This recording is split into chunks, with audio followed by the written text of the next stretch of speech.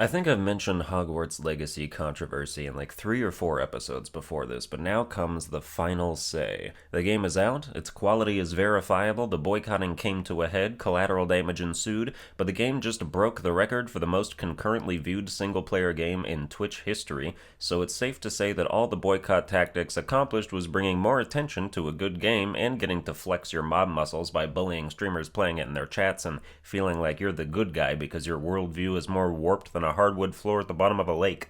The fact that some people can take such authoritarian stances like, oh, they're playing Hogwarts Legacy, they are being knowingly transphobic, they have hatred in their heart, and Hogwarts Legacy is the outlet. They wish to express their desire for the end of trans people by flying around on a broom and saying Expelliarmus. Like, how can the stupid be so ingratiated? Which is the right word, because it tells you nice things about yourself as it worms its way into your thick noggin. It says, you're being an ally, you're being a good person. The stupid is literally like darkness in Kingdom Hearts. Ansem is out here telling people to let their heart, their very being, become stupid itself, promising strength and power, and people invite that shit in like a vampire. You would think the whole vampire shtick of, you have to invite me or I can't come inside, would be like a humongous flaw in their designs. You would think to yourself, if it were me, I would simply not invite the vampire into my domain because I own a pair of brain cells, and yet fantasy settings are chock full of vampires because people just get tricked on the daily.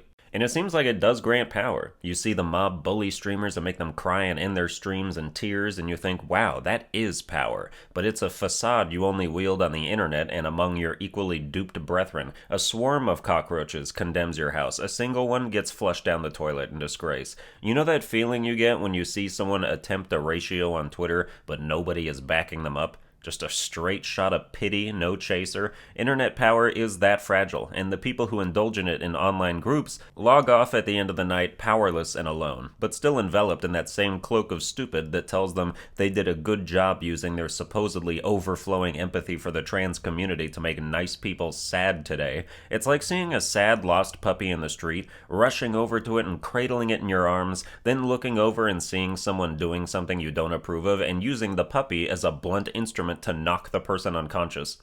You're hurting the puppy, my man. This is not accomplishing goals in the puppy's best interest. These people are weaponizing their social justice allyship and fighting a crusade that is ultimately hurting those they claim to be championing because people look at the shenanigans and go, what the fuck, dude? I accept trans people as much as an ex-guy, but what are you doing on their behalf? Or your own behalf if you're one of them, but given population statistics, the vast majority is just other types of people trying to fight all of trans kind's battles. Bullying, story spoiling, public shaming, death threatening, more on some of these in a bit. I've said this before, but to have it here for the current rant, trans people are not a hive mind. There is no the trans community that holds fucking town halls and counts every vote in a referendum. Trans people are individuals who have different thoughts and beliefs about themselves, the nature of transgenderism, politics, and whatever issues are claimed to impact trans people. There are transgender people playing Hogwarts Legacy right now.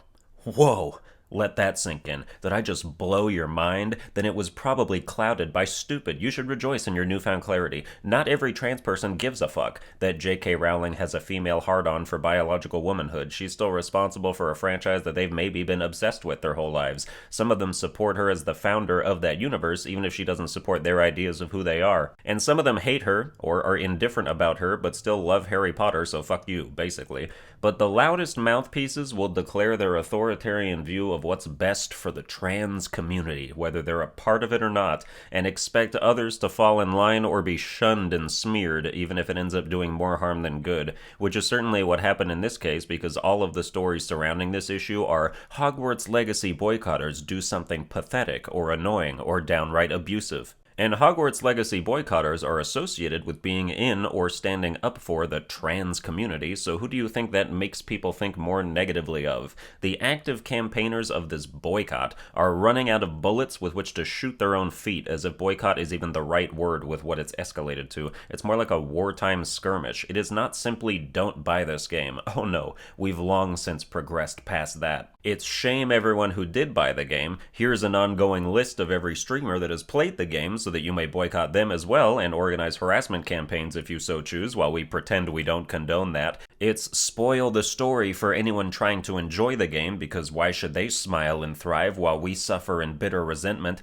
Like, the boycott failed. It's over. Everyone bought the game who wanted to, whether as a secret or out in the open, but rather than just lay down and accept an honestly humiliating defeat, the aftermath has become petty, with the goal of preventing any enjoyment of Hogwarts Legacy by fans. And at the end of the year, I'm sure there will be a resurgence of whining, trying to make the Game Awards not nominate it for anything or win any awards. They wanted a full media blackout on the game to begin with. Some review sites felt the need to write little introductions in their Hogwarts Legacy reviews, justifying their decision to publish a review of the damn game, justifying their decision to do their fucking job. While the mandrakes of the internet lifted themselves out of their plant pots and screamed bloody murder, to have dug your heels in this hard and have still failed this spectacularly is something people will remember in gaming discourse decades from now. But it's important to note that my jabs and general disdain for these people is only pointed towards the ones who were militant about it, the ones who didn't just make their own purchasing decision, but who jammed it down the throats of everyone else, who tried to punish those who didn't conform. If you said to yourself, I don't support J.K. Rowling and I can't bring myself to enjoy a game based on her work because it just doesn't sit right with me, or whatever, then way to go, man. Separating art from artists is not an emotional skill that everyone possesses. Also, your Patronus is probably a dolphin, you basic bitch. I'm just kidding, but you're definitely a Gryffindor and nobody needs more of those. To talk about the actual game for a second, I wish it had like player stat tracking with the different houses and actually calculated points people receive for their teams so we could have some group leaderboard action happening. Would be cool if they introduced an ongoing season system with activities and stuff and then gave a reward to the winning house at the end, especially if they made it about average performance instead of just player count. But it's a single-player experience through and through as of now, and it's a pretty damn good one. I'm about 11 hours in, and it definitely hooks you with lots to do, gives you meaningful rewards and upgrades, useful spells, is generally interesting, and the flexibility of broom travel alongside the hyper-convenience of fast travel makes for terrific exploration, which is one of the most important parts of open-world games.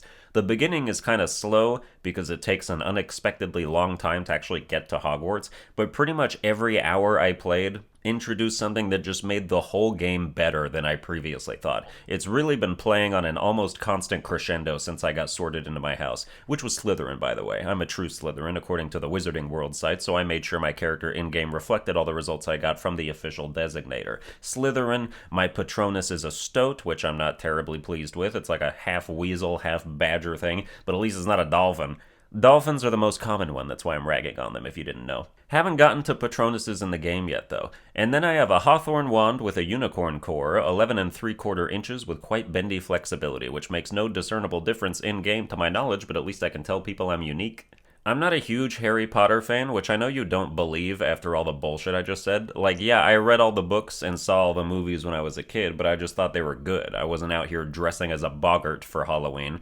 How would you even do that? They shapeshift into the beholder's biggest fear. That's a lot of costume changes and neighborhood research to do. By the way, most of this is stuff I'm just relearning from playing the game. I would not have previously had the retained knowledge to make that mandrake joke earlier. But as I play through Hogwarts Legacy, my past experiences with the universe are making it feel more comforting to be in. Like, hell yeah, dude. Of course I'm stoked for Defense Against the Dark Arts class, and wandering through Hogsmeade and chilling in the Room of Requirement is just an exciting world to be a part of.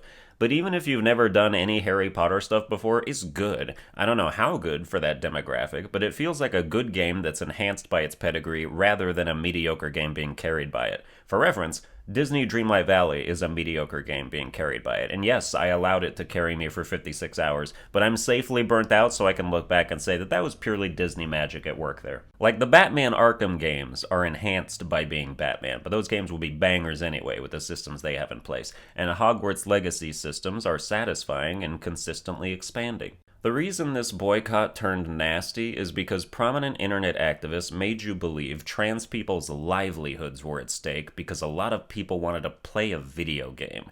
They made you believe that purchasing it was a political statement that expressed callous disregard for a minority group's well-being. They did this because they wanted yet another manufactured excuse to pat themselves on the back, and misrepresentation and exaggeration are the only tools they have. They're addicted to making mountains out of molehills. For some of them, it's their job. Never forget that. Outrage is an endless revenue stream, and business can boom whenever they need it to. But since only the influencers, journalists, and corporations can earn the monetary benefits, the people under them chase social currency instead. They want the feeling of being on the right side of an issue, any issue. They want their friends to view them as good people, and when you do that for long enough, you create an expectation for yourself. You can't take breaks from being a social justice warrior. Your friends and family and followers have grown accustomed to it. They'll wonder if you stopped caring. They'll regard you with suspicion. People who used to notice your noise will start to notice your silence. So you'll feel the need to keep up appearances, and eventually it'll become a performance, if it wasn't one to begin with, and it'll be fake, and you'll be miserable. The end. So make sure you're doing it for your own emotional fulfillment, and to help the causes you believe in or whatever, but because you want to, and you couldn't live with yourself if you didn't,